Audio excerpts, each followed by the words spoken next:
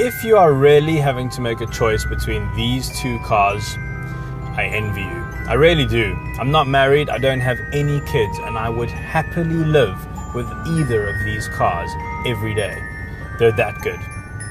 And so today I have the unenviable task of deciding which might be the better buy. How long do we have?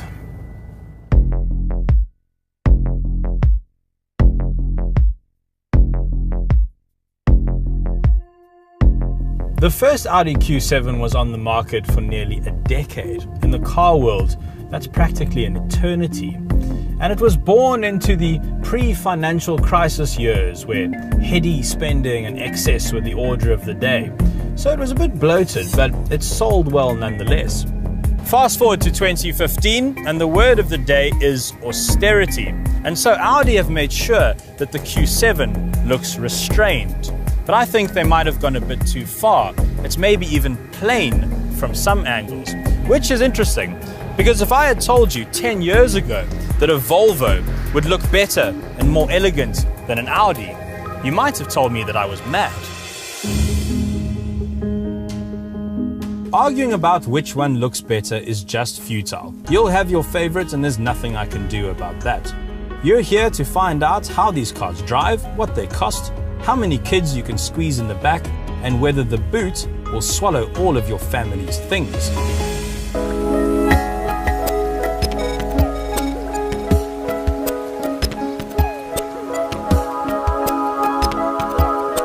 So, how do these cars drive? Well, let's start with the Volvo. Rumbling away up front under the bonnet is a 2-liter turbo diesel.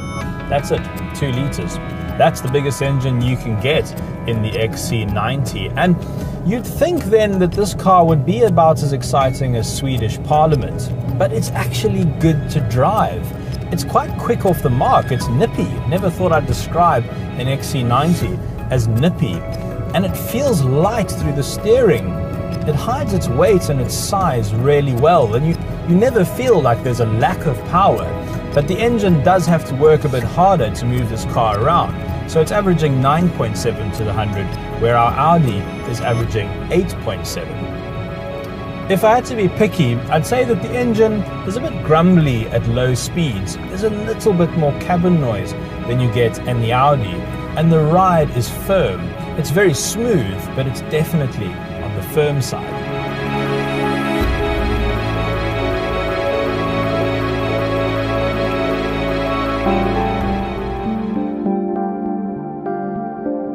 Into the Audi now, and you can immediately feel that this car is smaller than the model it replaces. But more importantly, it's 300 kilograms lighter, and that has a whole host of benefits.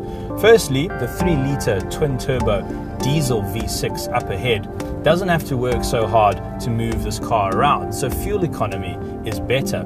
And all that power and all that torque, all 600 Newton meters of it, can go towards making this car quite quick.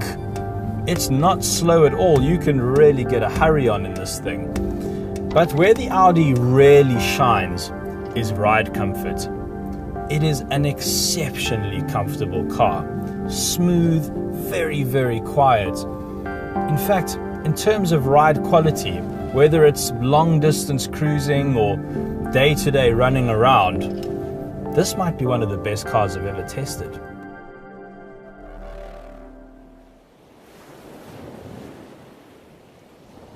On to the very important matter of boot space. Now, I have been told on 3 separate occasions by people who actually have children that if you can slide a pram long ways into a car boot, well, that's just the best thing ever. So as you can see, the Q7 copes with that very well.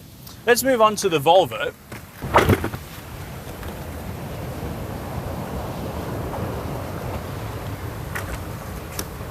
And again, it's very easy for the XC90, still loads of space in front. I get the feeling that the Volvo's boot is slightly longer and slightly deeper. But I think our cars are coping with this challenge a bit too well.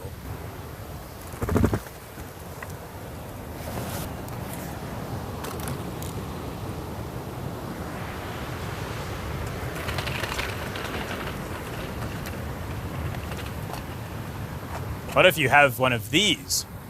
Now, I have no idea how this thing folds. So, well, let's see. Here we go. Ah, look at that. The Volvo just gobbles that up. Still loads of space. I have a feeling that this won't be as easy in the Q7. Oh, it's tight. The boot opening is definitely not as big. It's hitting the roof. I think it can do it though. It's just in. It's touching the roof. Will it be able to close? This is going to be close. This is so dramatic. Yes, it does. But I definitely think this is a victory for the Volvo.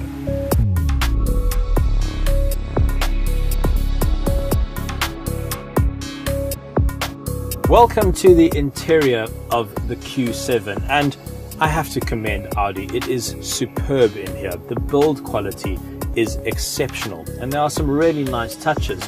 For instance, this gear lever, which doubles up as a rest for your wrist. So when you're using the writing pad, for instance, in the navigation function, it's just a lot more comfortable. That screen pops in and out of the dashboard, and in front of the driver is the same digital display which you get in the Audi TT. It's wonderfully crisp and very customizable. You can have your media or your sat nav all in front of you at the touch of a button. It's all at your fingertips. It's very, very hard to fault the interior in this Q7.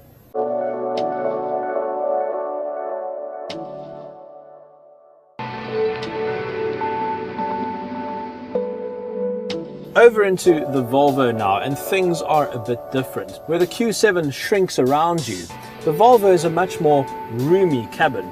And where the Q7 feels like a very fancy restaurant, the Volvo feels a bit like a spa. I feel like I'm waiting in the lobby for my massage. Of course, it's very technical in here as well. We've got a digital screen for the driver, very similar to the Audi, but I must admit, not nearly as good. And then instead of having the screen far away and a writing pad and lots of knobs, Volvo's got rid of all of that and brought the touchscreen forward to the driver. And genuinely, this is the best touchscreen system on the market. It's just inspired, super easy to use, very, very responsive. That's a wonderful piece of tech from Volvo. Either cabin though, either interior is super comfortable. You won't be disappointed with both. But here's a tip. Do not take the beige interior in the Volvo. It gets really dirty really easily.